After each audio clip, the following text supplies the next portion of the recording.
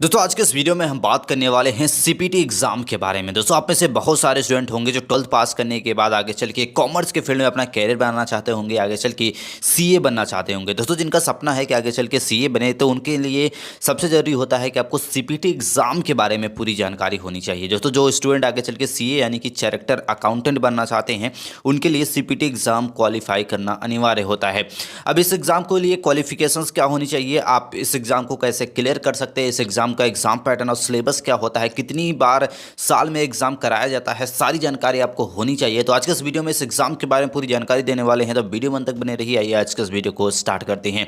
दोस्तों सबसे पहले आपको बताते हैं कि सीपीटी एग्जाम क्या होता है। दोस्तों जो भी स्टूडेंट्स आगे चल के सीए बनना चाहते हैं यानी कि कैरेक्टर अकाउंटेंट बनना चाहते हैं, उनके लिए यह एग्जाम देना कंपलसरी होता है।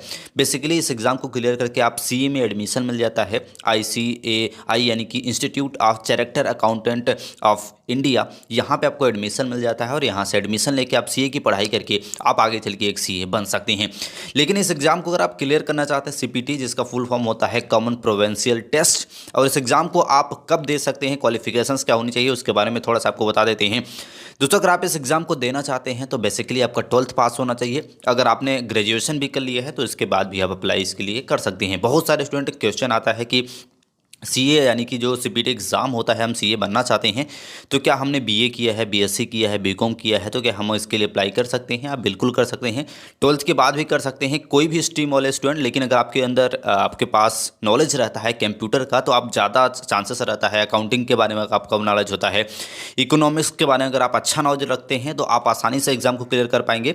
या फिर आपके पास नॉलेज नहीं भी रहता है तो आप 1 या 2 साल की अच्छे से प्रिपरेशन करिए। प्रिपरेशन करने के बाद इस एग्ज़ाम की आप तैयारी करिए। तैयारी करने के बाद आप इस एग्ज़ाम के लिए अप्लाई कर सकते हैं। बेसिकली इसमें बात करते हैं कि इस एग्ज़ाम पैटर्न और सिलेबस क्या होता है। तो इस एग्ज़ाम को देने के लिए आपकी बात करते हैं, ऑफलाइन मोड होता है ये पेपर, और ये पेपर आपका कराया जाता है जून और नवंबर के महीने में। तो जून और महीने यानी कि साल में 2 बार एग्ज़ाम कंडक्ट किया जाता है। इसके अलावा सीपीटी एग्ज़ाम में आपके जनरल इकोनॉमिक्स, अकाउंटिंग, इसके साथ साथ मार्केट टाइल्स लॉस जो होते हैं या फिर क्वांटिटी एप्टीट्यूड होते हैं, इनसे रिलेटेड आपसे क्वेश्चन पूछा जाता है। टोटल नंबर ऑफ क्वेश्चन की बात करते हैं तो 200 अंक के आपके 4 भागों में इसमें विभाजित किया जाता है पेपर आपका, और 200 मार्क के सारे पेपर आपके यहाँ पे लिए जाते हैं। 2-2 घंटे का यहाँ पे समय भी आपको दिया जाता है।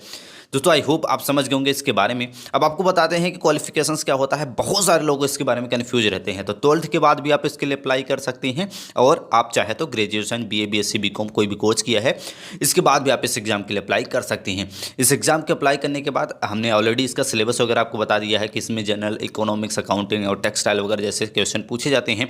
और अगर आप इस एग्ज़ाम को क्लियर कर लेते हैं तो आप ICAI यानी कि institute of character accountant of India, यहाँ पे आपको ये एक इंस्टीट्यूट है जहाँ से सीए बनने के लिए स्टूडेंट को यहाँ पे पढ़ाई की जाती है। सीए बनने के लिए आपको यहाँ पे एग्ज़ाम वगैरह कंडक्ट किए जाते हैं, सारी चीज़ें आपको इसमें पढ़ाई जाती है, और यहाँ पे पढ़ाई करने के बाद आप बन जाते हैं एक कैरेक्टर अकाउंटेंट।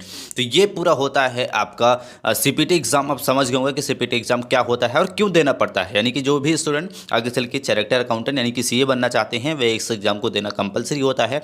और इस एग्ज़ाम के बारे में आई होप आप समझ गए होंगे। एग्जाम से रिलेटेड कोई भी क्वेश्चन हो तो कमेंट करके पूछ सकते हैं, और ऐसी जानकारी के लिए चैनल को लाइक और सब्सक्राइब जरूर कर लें। मिलते हैं नेक्स्ट वीडियो में, तब तक के लिए जय हिंद।